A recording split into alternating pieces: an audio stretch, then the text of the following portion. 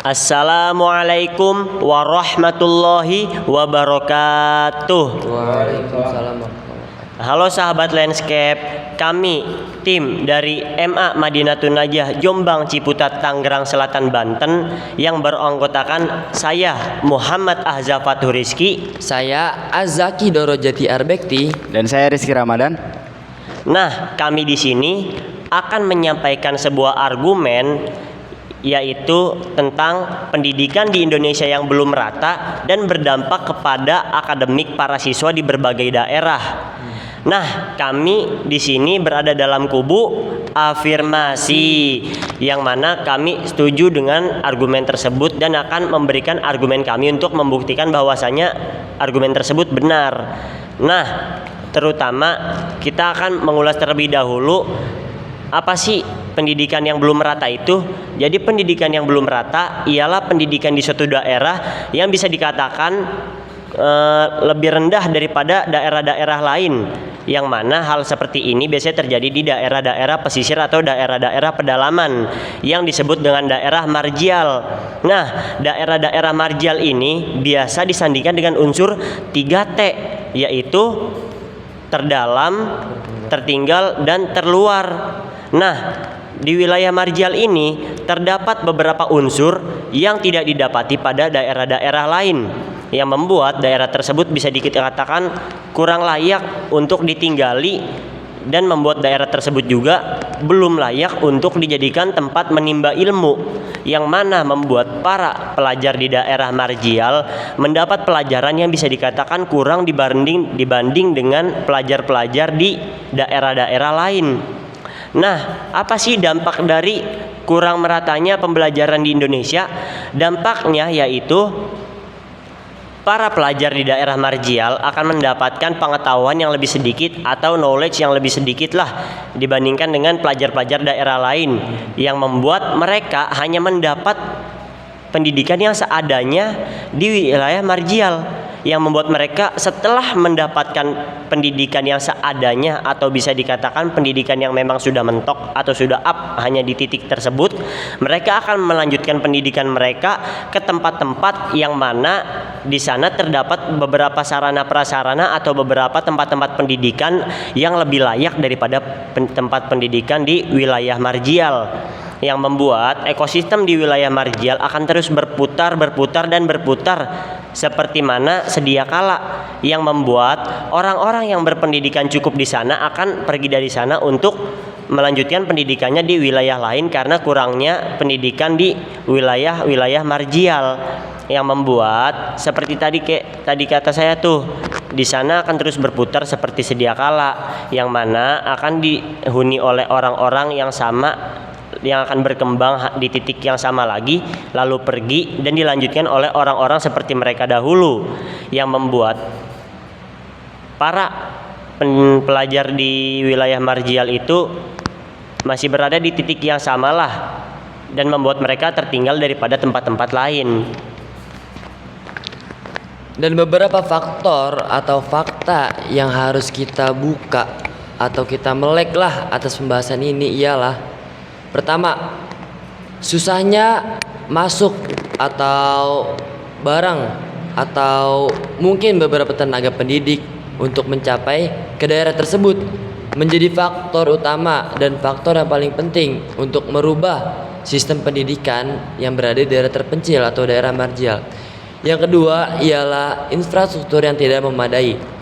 Bangunan sekolah yang runtuh, bangunan sekolah yang seala kadarnya atau rusak, atapnya bocor atau mungkin atapnya telah rusak, beralaskan tanah, tidak berubin, dan juga modul pendidikan yang tidak memadai, hanya memakai model pendidikan yang telah dipakai sejak awal berdirinya sekolah tersebut, menjadi salah satu atau menjadi sebuah wadah yang mengurung bagi pelajar di daerah tersebut menjadi tidak berkembang dikarenakan model pendidikannya hanya berulang-ulang. Yang ketiga ialah tidak menyebarnya tenaga pendidik di Indonesia. Semua hal tersebut kembali lagi ke faktor awal, ialah sulitnya untuk masuk ke daerah tersebut. Bagaimana jika suatu guru mempunyai niat untuk merubah anak-anak atau pelajar di daerah terpencil, tetapi akses untuk menuju tempat tersebut itu tidak memadai, jalannya rusak, jalannya tanah, blok segala macam, itu menyulitkan para guru-guru atau para donatur yang ingin menyumbang mungkin ke daerah terpencil tersebut, menjadi suatu kebuntuan dan tidak ada jalan ketemunya jika pemerintah tidak melihat atau tidak membuka mata terhadap daerah-daerah terpencil tersebut untuk merubah model pendidikan di daerah terpencil. Mungkin dari apa yang telah dipaparkan barusan, saya akan memberikan beberapa solusi mungkin yang dapat pemerintah lakukan atau mungkin bahkan bisa kita lakukan bersama-sama untuk mengubah kondisi pendidikan Indonesia sekarang yang sedang berketimpangan dan sedang dalam krisis-krisisnya. Kita balik ke poin pertama yang telah disampaikan tadi, bahwasannya faktor dari ketimpangan buruknya proses pendidikan yang tidak merata di Indonesia itu ialah salah satunya dari faktor tenaga kerja yang tidak merata atau mungkin bisa dibilang SDM. Kali ini kita membicarakan perihal sumber daya manusia yang tidak merata di aspek pendidikan Indonesia. Jadi solusi yang dapat kita lakukan bersama itu mungkin pertama, kita dapat memperbagus atau mungkin memperbanyak sumber-sumber pendidikan, sumber-sumber guru yang berkualitas melalui banyak aspek-aspek atau tempat berpendidik yang sekiranya dapat melahirkan atau mencetuskan banyak guru-guru berkualitas baru yang mungkin tidak hanya memiliki ilmu yang memadai untuk mengajar para murid-murid, tapi juga memiliki hati nurani yang lebih untuk bisa dan lebih peduli terhadap pendidikan-pendidikan yang tidak memiliki akses kelayakan di sana. Seperti halnya tadi kurangnya akses masuk untuk masuk ke pedalaman ataupun daerah pesisir untuk mengajar anak-anak di sana, dan mungkin kurangnya